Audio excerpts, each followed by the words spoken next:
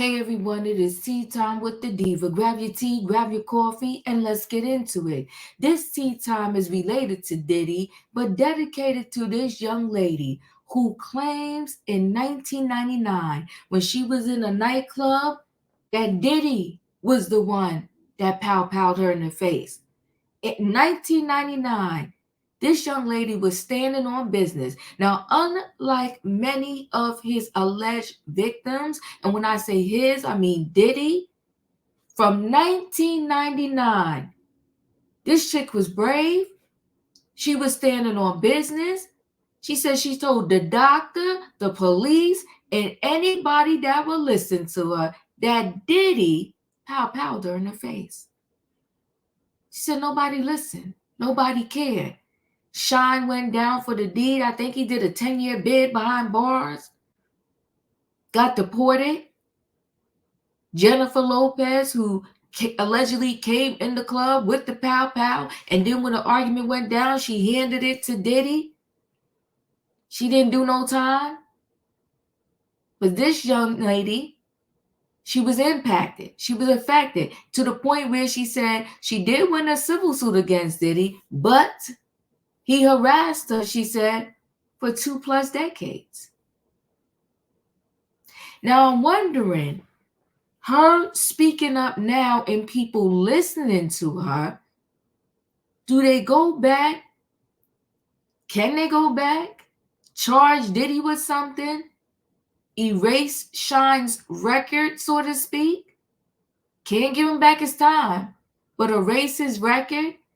And can you charge now in real time Diddy and Jennifer Lopez with something? I don't know. Listen, guys, we're going to get more into this story right after this.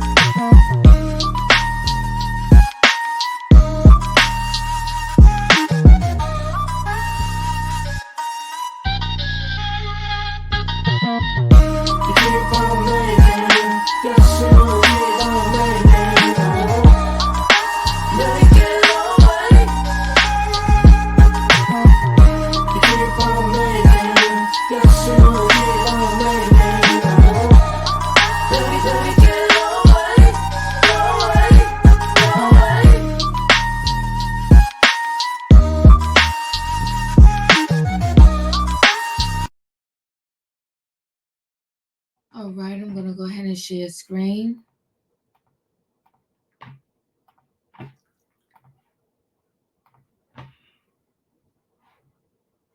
Let's hear her speak. For being with us. I can't imagine what you've been through since 1999, and then all the emotions that must be coming up over the last couple of days. What was your reaction, Natania, when you saw these massive raids at P. Diddy's two homes? First and foremost, thank you for having me. It was very emotional. In short, it was extremely emotional because it was basically it marked 25 years, a quarter of a century since this occurred. And I've had to relive this over and over again, intermittently in that time. So when I saw it, it was very cathartic because I finally felt like justice would be done. Justice would be mine and belong to all of his victims. Yeah, and you have said since really right after the shooting that it was P. Diddy who shot you. I mean, I think you even said it to the doctor that night, right? I said it immediately. I literally watched them pull out the guns. I've had a clear point of view. I mean, for God's sake, I got shot in my nose. I was facing them directly. I watched everything occur and have described it, vehemently to all parties involved. I think in our society, we have respectability politics. There are people who want to be adjacent to power or celebrity or money, and there's a hierarchy of respectability. Because his name was more notable, he was believed rather than a victim who gave a first-hand account. By the grace of God, I survived. Yeah, and this was also a different time. I mean, things were very, very different in 1999. I mean, did you sense right from the beginning that no one believed you? Well, I don't think that was on my mind. I think first and foremost, I'm a mother. I'm a mother of 3. At the time, I was a mother of 2. And just surviving and getting home to my children was of the utmost importance to me. Being whole and being able to mother them. That was, primary on my list. I didn't have any reason to believe that to think that someone would not believe me. But as things unfolded, it was a very short period of time where I realized that's what in fact was happening.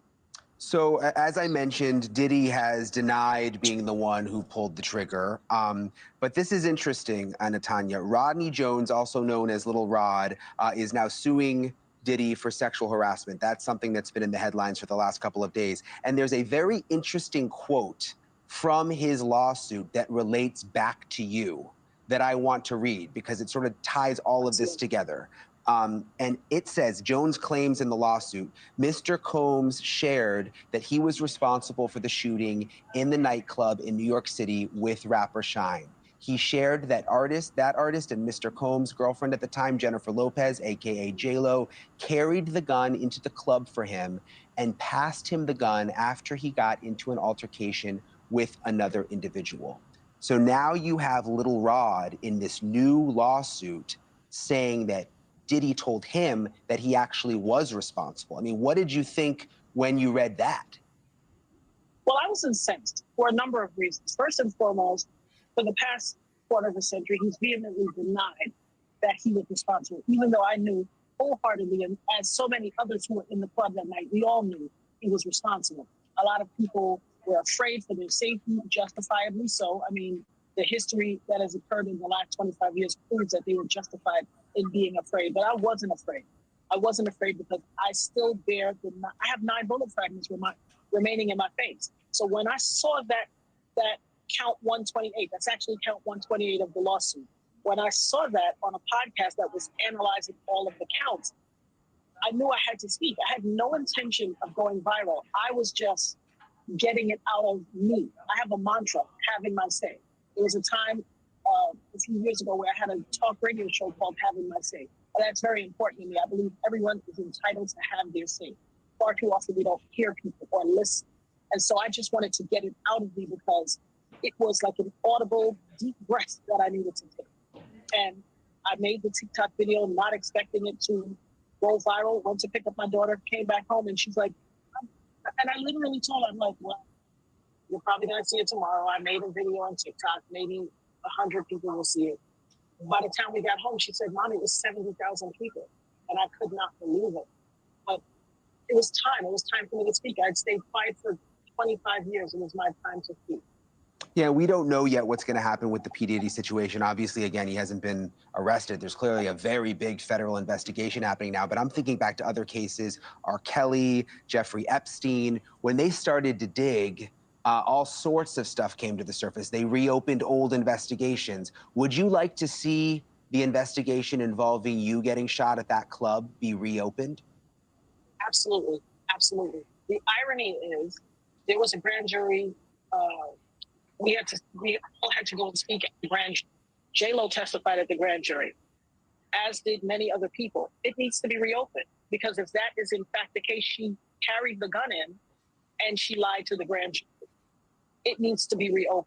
My shooting, ironically, the night I went into the club, I had a comb in my pocketbook called a rat tail comb. People in the beauty industry or people that use that type of comb would be all too familiar. It's just a comb. It can't do anything to harm anyone.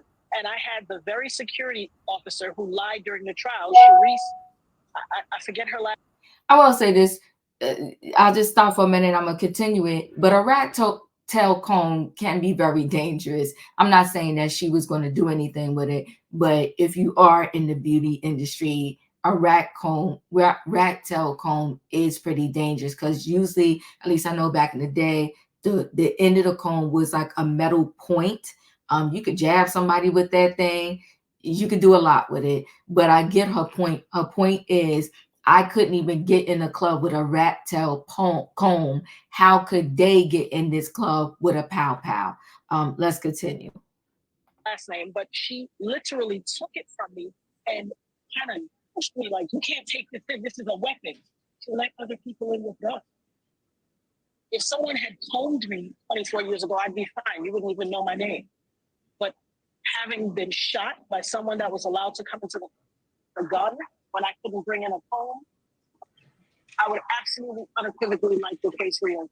It needs to be reopened. And the saddest part for me is, had people taken what I said more seriously and listened more intently, 24 years worth of people probably would not have had to suffer. Yeah, and I ask you this respectfully, just because I think people at home might be wondering, and I've never been shot. I can't imagine what that's like. But, you know, in the chaos of that moment, and it's a club and there's people all around, like, how can you be sure that it was actually P. Diddy? Because I was standing by the front door. I watched the entire thing out. I had no reason to believe that it would escalate to a shooting. It was just male machismo and bravado at first. A lot of pushing and shoving, raised voices, hands. But then I saw them reach in their waist and draw from their hip. And I instantly turned to my friends and told them, be careful, watch out. And when I turned back, I know, and I've said over and over, I've heard the voice of God said, you are about to be hit. Calm down. And as I said no, I looked straight forward ahead and I watched the muzzle flash from both of their guns and I felt the impact to my face instantly. Wow. There's no doubt in my mind who shot me. This year, I got. Ooh, let me stop sharing for 1 second.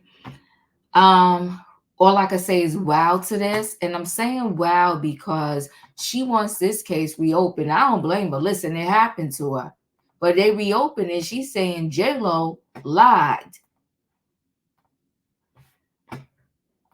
So everybody's is going down in this aftermath of everything that Diddy did. So Diddy Shine cover up. Woman says Diddy pow during the face in the 90s. Diddy, Jennifer Lopez, and Shine arrested following a 1999 nightclub powing. Shine was convicted and deported for shooting Reuben. Reuben said it was actually Diddy who powed her. News Nation's new allegations from the infamous club New York powing in 1999 have raised questions about legal cover-ups involving Sean Diddy Combs, his former girlfriend Jennifer Lopez, and rapper Jamal Shine. Natania Reuben says she has spent the past 25 years trying to get justice for the night she claims Combs powed her in the face at the club, not Shine. While Combs, Lopez, and Shine were all arrested in connection to the powing, only Shine was convicted and served time for the crime.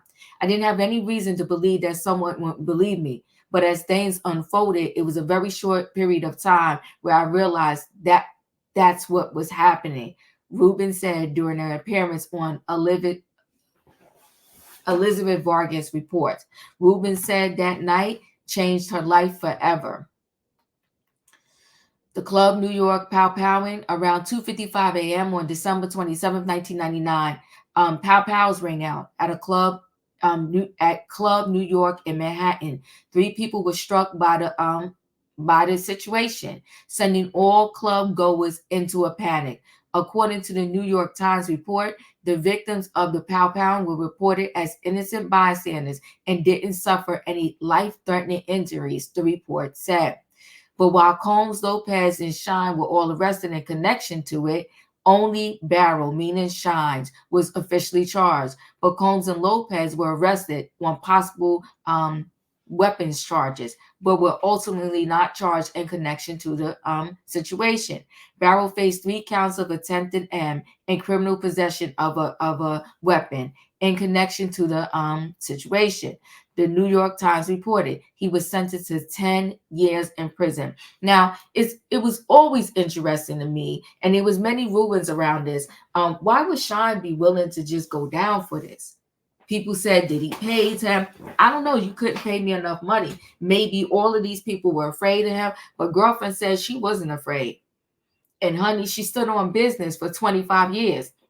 However, earlier this month, after Mark Curry claimed that Combs allegedly paid Barrow for serving the 10-year sentence, according to XXL, Curry said that Barrow was paid $1 million in 2010 by the CEO and president of Def Jam, L.A. Reid, to put out a new album. The report said the album never launched, and Curry believes the money was given through Def Jam from Combs as a cover-up. XXL reported, but $1 million for 10 years, I'm good.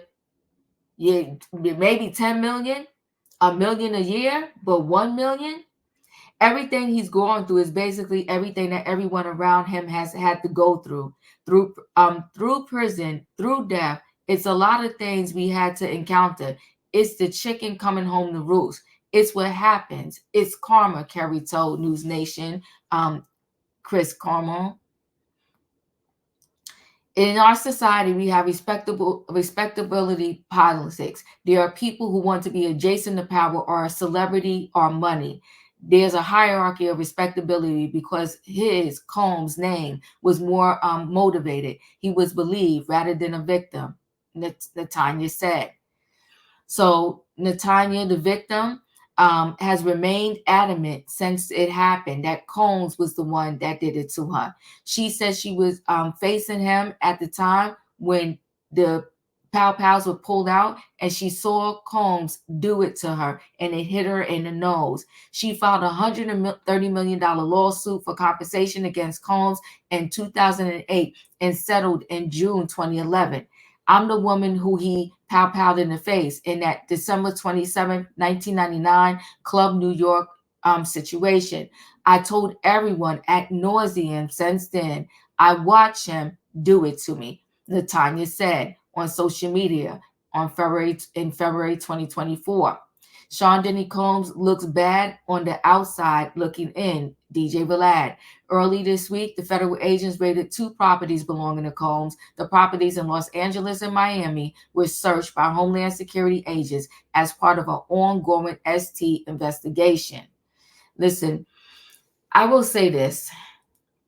Diddy has a lot of lawsuits. I'm not going through that. We heard about them all. She's brave, but she's been brave from the beginning. She stood 10 toes down. She sued them back then. She survived it all. So I give it to her. What does this mean, though, for Jennifer Lopez?